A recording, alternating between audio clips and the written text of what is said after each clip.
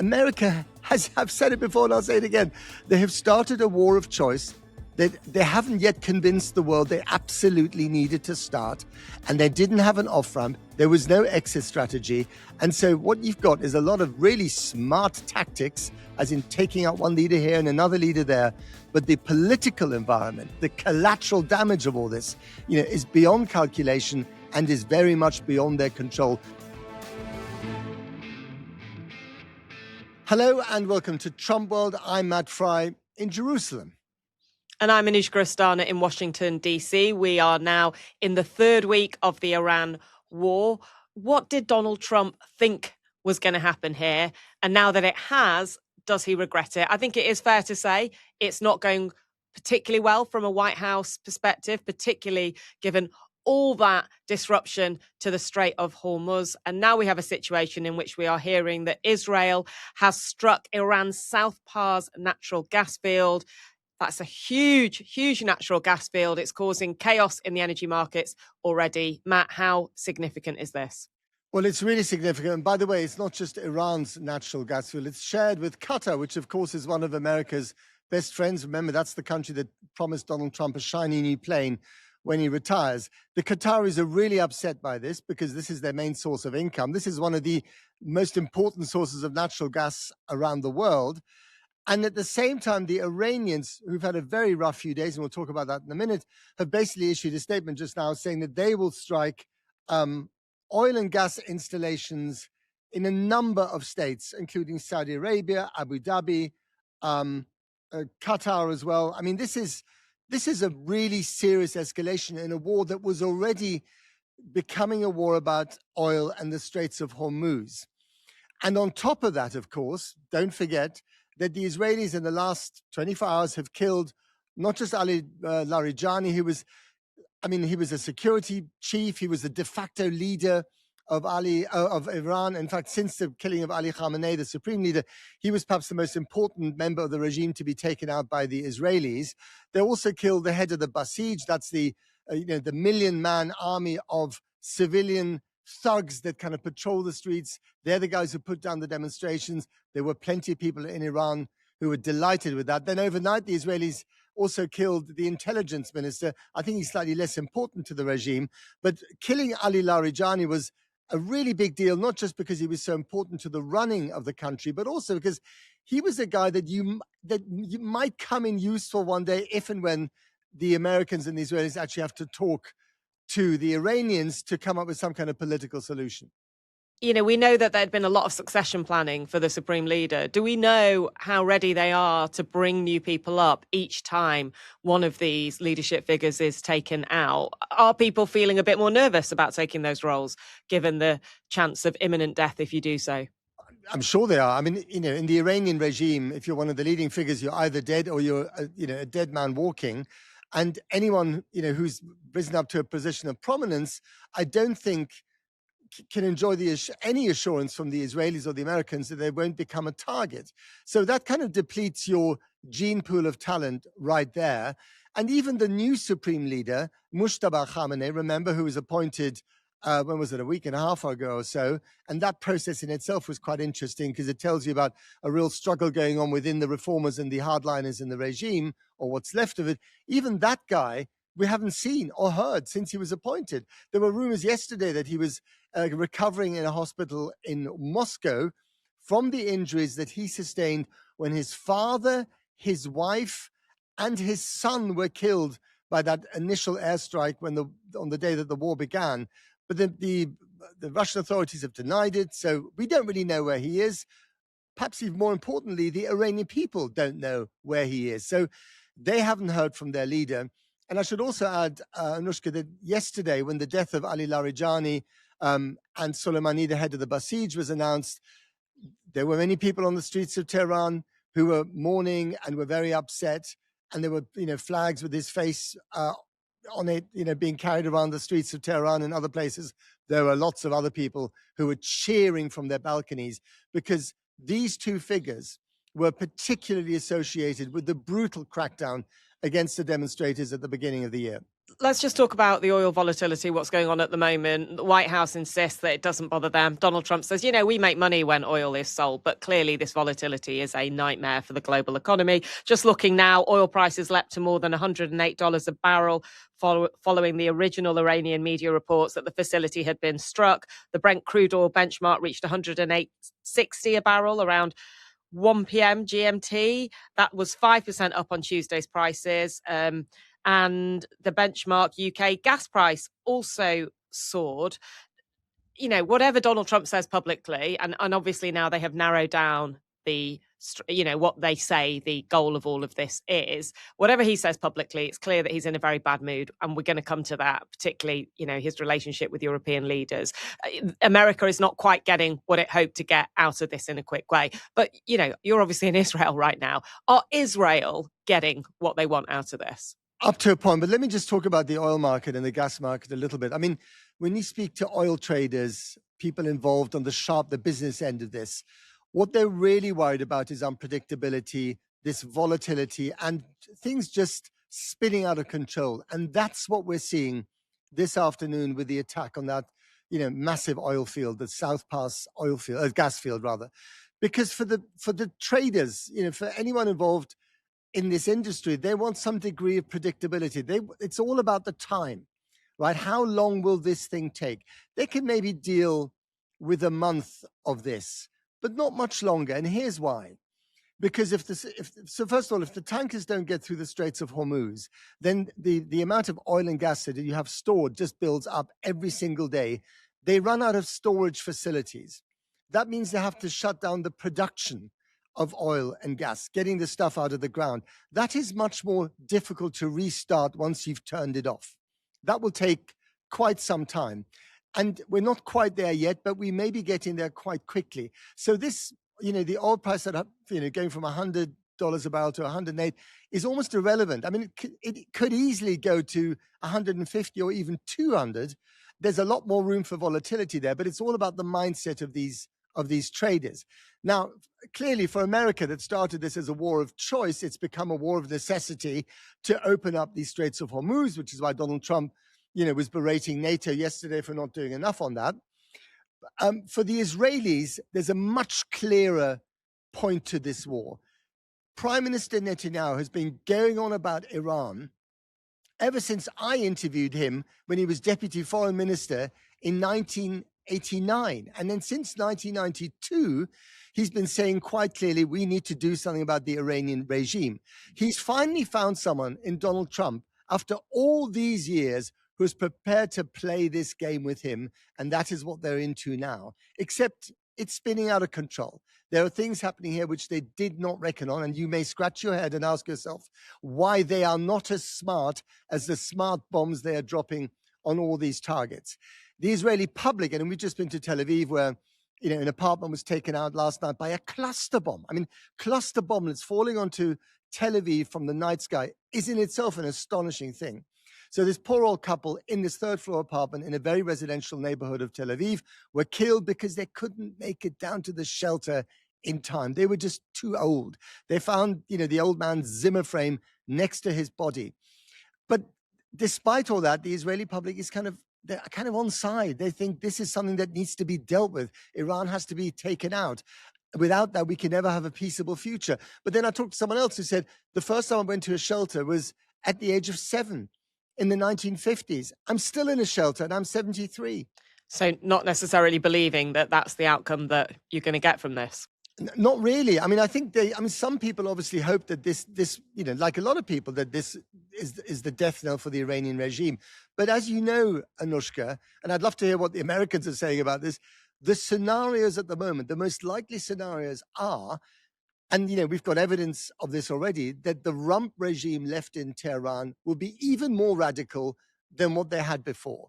That the very thing the Americans tried to stop, which is for Iran to become more radical, has happened under another guy called Khamenei, the invisible supreme leader, who has always been tied, even more than his father was, to the Revolutionary Guard. He volunteered to fight in the war against Iraq at the age of 17 as a princeling of the regime. He could have stayed at home and played video games or whatever they play, but he decided to go to the front. That's the kind of guy this man is. Whether he's still alive and functioning, we don't know that.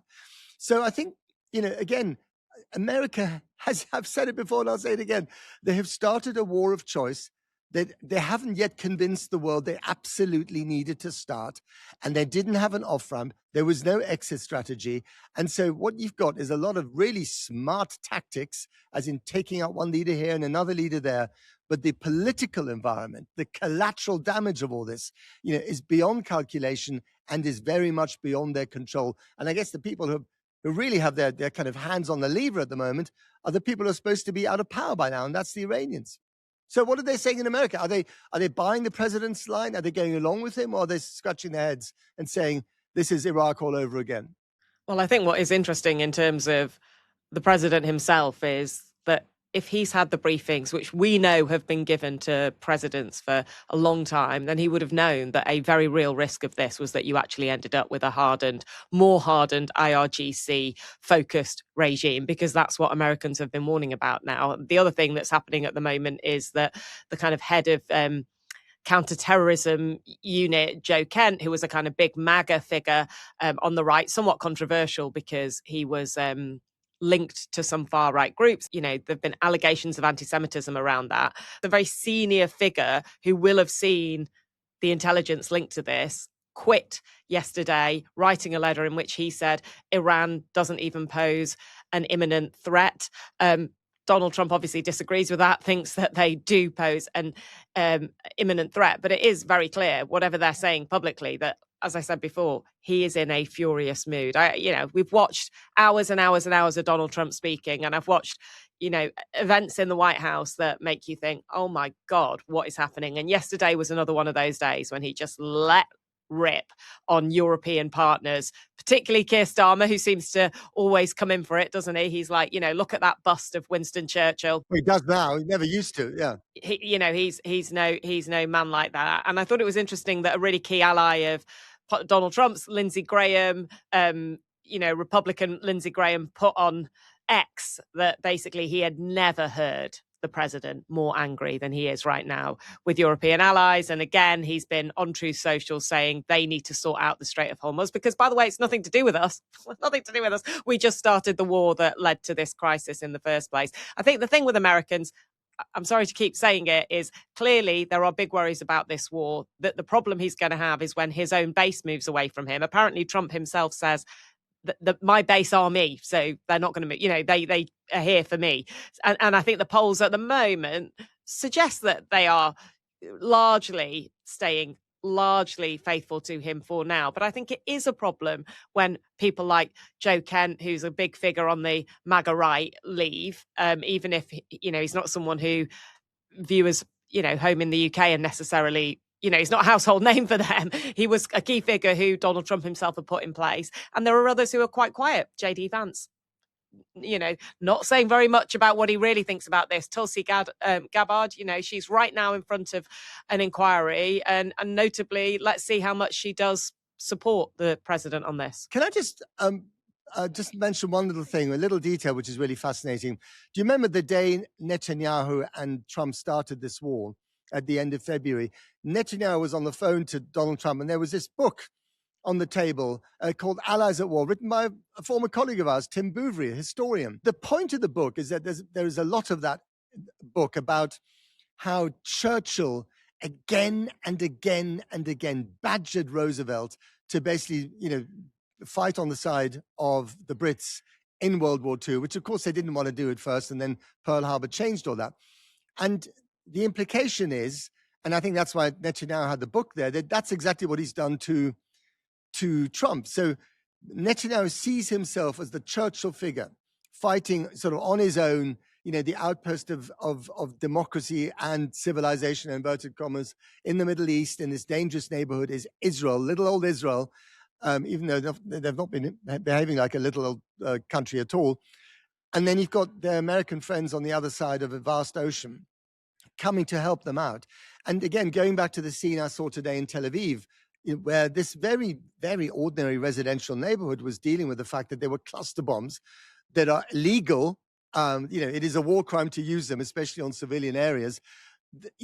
they seem to be quite sanguine about it. But even so, that's the new reality. And everywhere you look, there were the two flags together, the American flag and the Israeli flag. And I've never seen those in conjunction like this, including from the ruined apartment on the third floor. Someone had unfurled the stars and stripes next to the Israeli flag.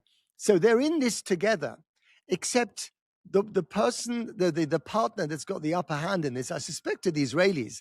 The Israelis, seduced Trump to come along to this. And, in a sense, the lesson of this war is beware of your successes. So the miscalculation, I guess, from the Iranians last June in that short war was that they never really fired all the stuff that they had against the Israelis or the American bases, making the Americans think that the price for this intervention, for this military action would be very low. And the second problem is that the Israelis, we know what they want. And Netanyahu has wanted this for decades. And if the Americans suddenly want to say, I've had enough of this, I'm going to declare victory. I, Donald Trump, declare victory. I'm now going home. Who's to say that the Israelis won't start again and do that thing that they so horribly call mowing the lawn and go back into Iran? And then Donald Trump or whoever is president will feel obliged to come in on their behalf or behind them to support them. So the superpower that is America, I think, has been not only humbled, but is in a position where it really can't call the shots anymore. And Matt, can I just ask you about Lebanon as well? Is there a risk that actually ends up lasting longer than the Iranian part of this conflict? And what do you think Israel's endgame is there? Well, this is such a good question because, in a way, we talk about the Straits of Hormuz as being the quagmire into which Donald Trump's policy might disappear. Well, Lebanon is the quagmire into which Israel might disappear. Remember, in 1982, Israel occupied Lebanon, and it was there for, on parts of it, at least for at least 20 years. During that occupation, the reaction to them being there was a thing called Hezbollah. Hezbollah was created, by the Iranian Revolution as an outpost in Lebanon, but it was given rocket fuel by the presence of Israeli soldiers on the ground in Lebanon. Hezbollah is now the issue why the Israelis are thinking of going into Lebanon, not just with aerial bombardments, which they've been doing for the last 3 weeks, but also with a ground invasion. Who's to say that they won't get bogged down yet again, and that in 10 years from now or 20 years from now, another Israeli prime minister will withdraw Israeli forces from Lebanon? They say they're just going in to take out the Hezbollah infrastructure. But really?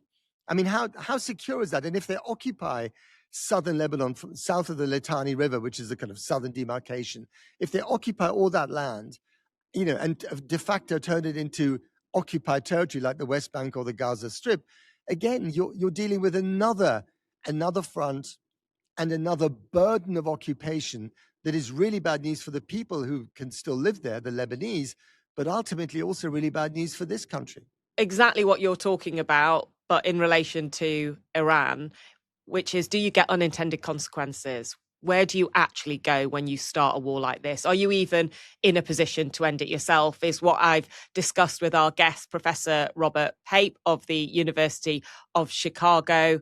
Have a listen to our conversation. Robert, your Substack is entitled The Escalation Trap. Let's talk about exactly that. And right from the start, I'm interested in what you think lures presidents to this point in the first place. What is it, do you think, that brought Donald Trump to the start line here? It is the illusion of control. So I have been studying air power, economic sanctions, terrorism for 30 years. I have been in advising chiefs of staff of the Air Force, the Navy. It's called the Chief Naval Operations. I have secretaries of defense.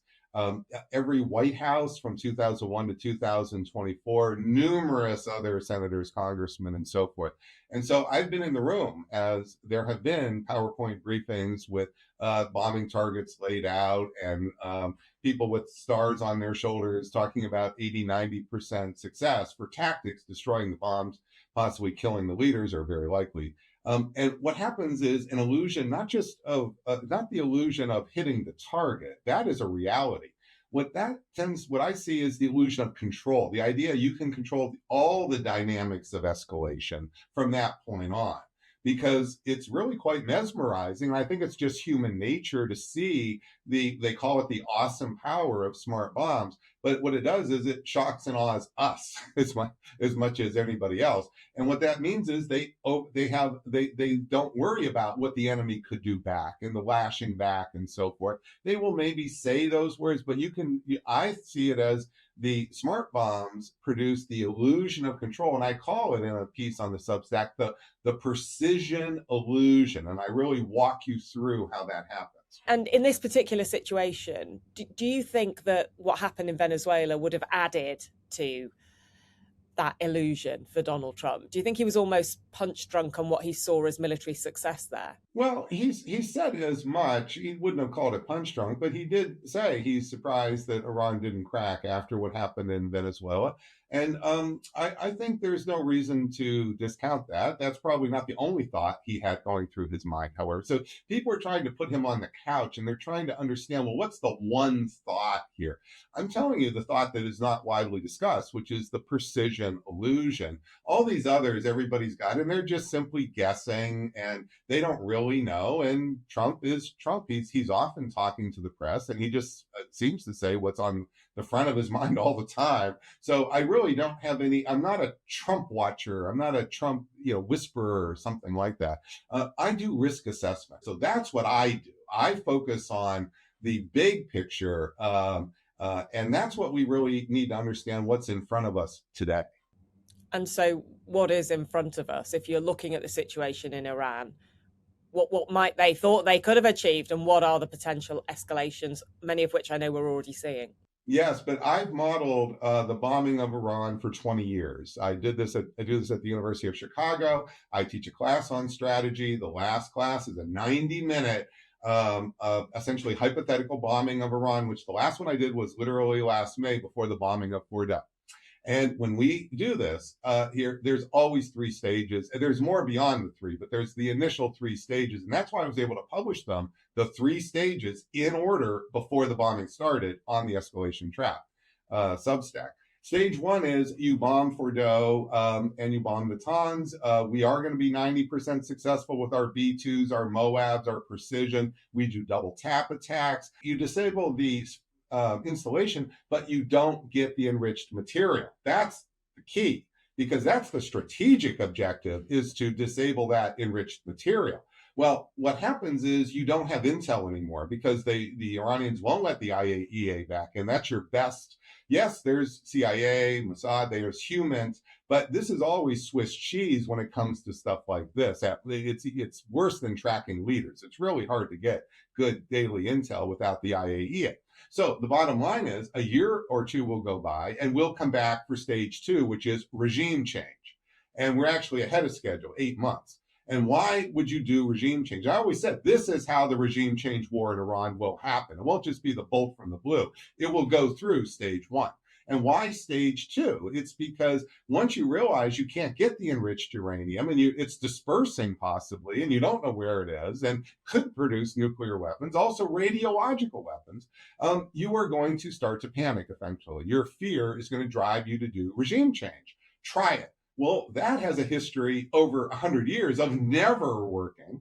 So you're now desperate. You're trying a low probability because you're desperate. That's the real driver here.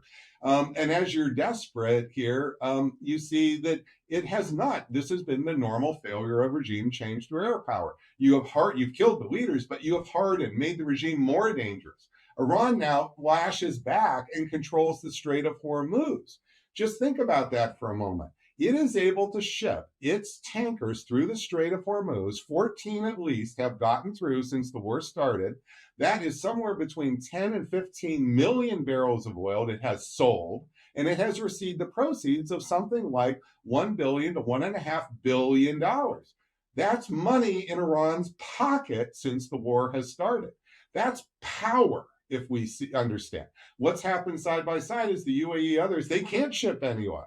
So the price of oil for the world is going up. As the price for the world goes up, the world suffers, Iran gets richer. It has more money. So Iran's relative power is greater today. Then you go to stage three. What is stage three? Because again, now you're even more desperate. Ground force operations. We haven't done that yet, but we're on the cusp of stage three, which is why I'm going to have this live briefing on Sunday on my Substack, where we're going to talk about what stage three in more depth. You're saying that this air bombardment cannot completely obliterate a nuclear program, essentially. Yes, I'm saying that it never has. What you can do is destroy what you can see. What you can't do. So let me give you 4 examples in the past. In 1981, Israel famously destroyed the Osirak reactor in Iraq. This was the reactor that was half built. They did it with F-16s, and they then said, "Oh, amazing success! We have destroyed Iraq's nuclear program, obliterated it, to use a more modern term." Well, what happened is they did hit the targets. The problem isn't they didn't hit the targets. The military portion, the tactics were on the mark. The problem was that Iraq just went right about its business developing a subterranean centrifuge program and put pedal to the metal, which is why they had WMD. So that WMD problem did not go away. It went underground effectively. It wasn't literally underground, but it went secret. Here, and what you're seeing is different versions of that. So when you attack the facilities, you destroy the facilities, but you're not really destroying the wherewithal to knock the nuclear program out. And it's because air power just can't do that. And do you think it increases the incentive to rebuild it in the aftermath? Well, of course, because once you are being bombed by your enemy with that has nuclear weapons, and you're seeing that, oh, North Korea is not being threatened to be bombed anymore, and they have 60 nuclear weapons, and Ukraine gave up its nuclear weapons, and look, it's got a quarter of its territory, it's almost collapsing. You're going to see right away that once there is an imminent threat here. I mean, so Iran is facing a direct imminent threat because Israel and the United States, United States toppled its leader in 1953, put in the Shah, the Savak, one of the worst security forces it's up there with Stalin's security forces here. And so the Iran, there's a history here, but the history is of the Americans, killing leaders, doing regime change, bombing. The history here is. And so under all those circumstances, we are teaching Iran that it must have nuclear weapons. This is the lesson that I think this must be overwhelming inside of Iran at the moment. But just on the survival of the regime, clearly they have a huge thirst for survival. But we have a situation now where the intelligence is clearly very good. Day by day, they're picking off, figures in the leadership structure. I mean, maybe this is just a naive human question. Does there not come a point where nobody wants to step up? Because as soon as they step up, they're literally putting their own life at massive risk within, hours or days. And so the regime is forced into collapse. Yeah, no, it's very understandable. I teach military officers who come into my classes here when I taught for the Air Force. This is the human instinct on hour 1 of coming in to talk to Pape. Okay, go on, drive it out of me. Why is that wrong? Well, there's first of all, there's history and there's the actual logic of what happens. So history shows that has never worked. And we have a case right in front of us, Israel versus Hamas in Gaza, where Israel wants regime change and get rid of Hamas as a governing entity in Gaza. Been doing this for 2.5 years with air power, with ground power. Israel's right next door, and Gaza is only 2 million people. Hamas was only 25,000 people. Iran has 1 million in arms, and Israel has killed numerous leaders, including Sinwar. And it's not getting rid of Hamas here. And because what's happening is they're producing more terrorists than they're killing. They're producing more radicals than they're killing. As they kill radicals, all the consequences of that produce more radicals. And why does it always produce the radicals? Because you're saying, well, my goodness, don't they not want to live or so forth?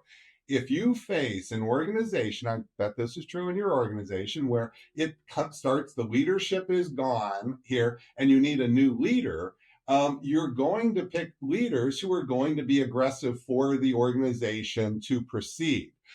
Because if the new leader is just going to sell you out, why don't you, as a more junior person, sell yourself out? You'll get a better deal from the other companies if you sell yourself out than if you let the leader sell you out. You see what I mean? So you always will, the whole incentive structure here will go toward more radical or the same. And that's the history of this. The history over 100 years, okay, is it's never produced the positive regime change to the doves. It's either produced the same type of leaders, or a more radical is very, very common.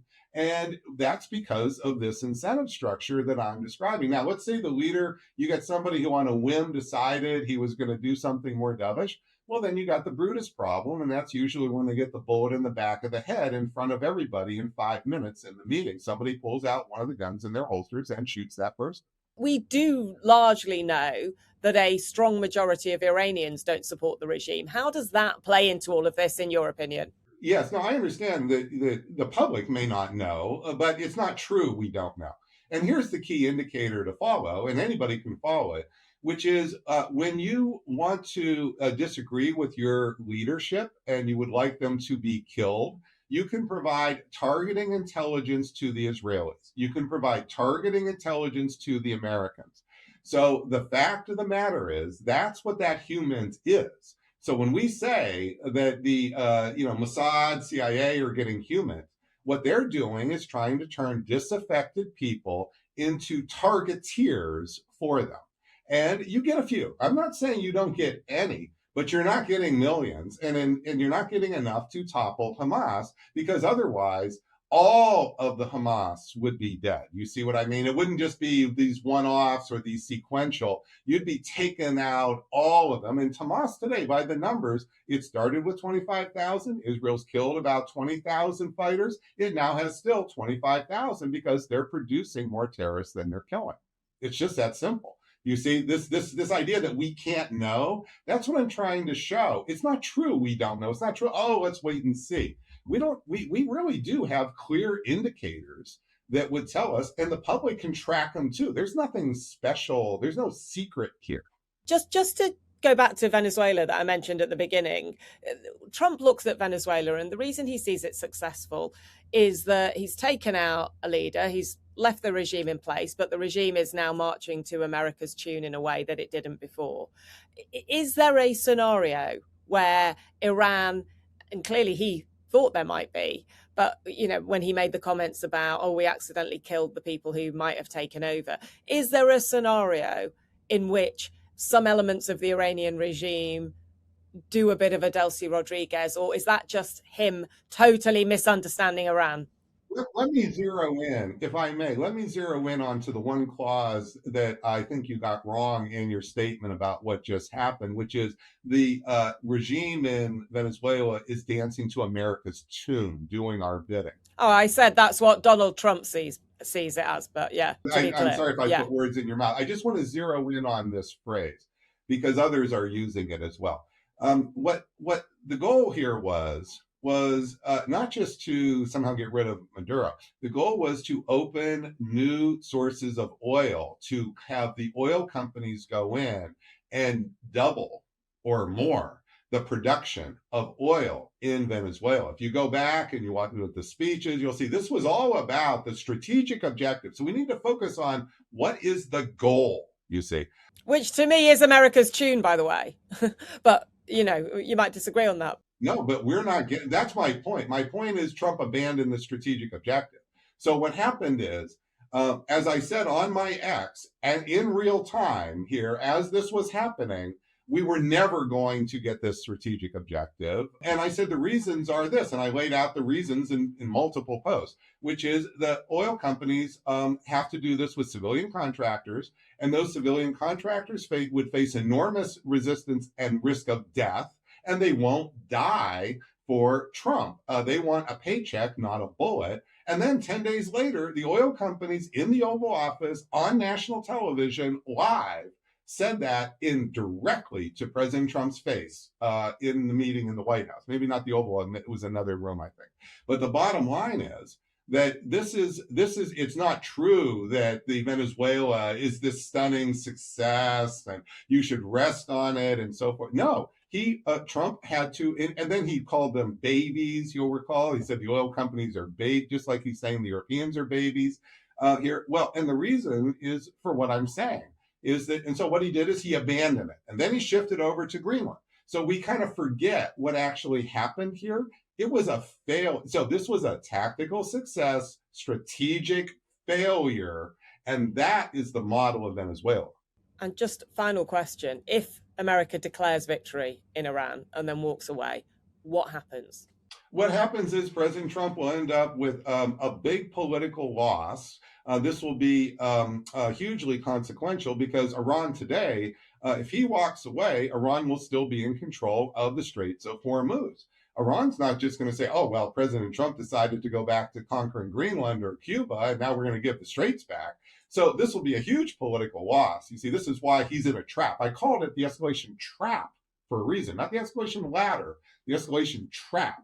And I was going to publish that book, The Smart Bomb Trap. It's a trap. He's really locked in, but he can take the political loss, possibly recover. He's really quite a brilliant PR president. I mean, his rhetoric and his ability here is up there with Obama and Reagan, if not more. But if he goes further and then crosses into stage 3 with the ground operations, now you're in Lyndon Johnson territory. Now you're in the Vietnam territory. So this is now what he risks going forward is a much bigger loss and much less likely, if ever, to recover politically, the true end of his presidency.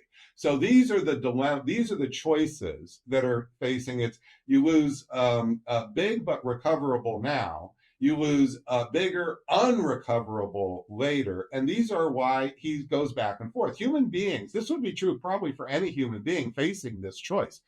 These are really a dilemma here because there's no choice that lets you have a golden way out, you see. That's why I called it the escalation trap. There's a trap he's in. And I would advise to take the loss now because it's recoverable. And I've said this over and over, but it's a big hit here, and maybe he can smooth it out. He's really good with PR, and maybe he can be very clever with some tactics. He's very good at that. So maybe he can make that recovery quicker than I realize. Professor Robert Pape, thank you for joining us. Oh, thank you for having an excellent conversation. Really excellent.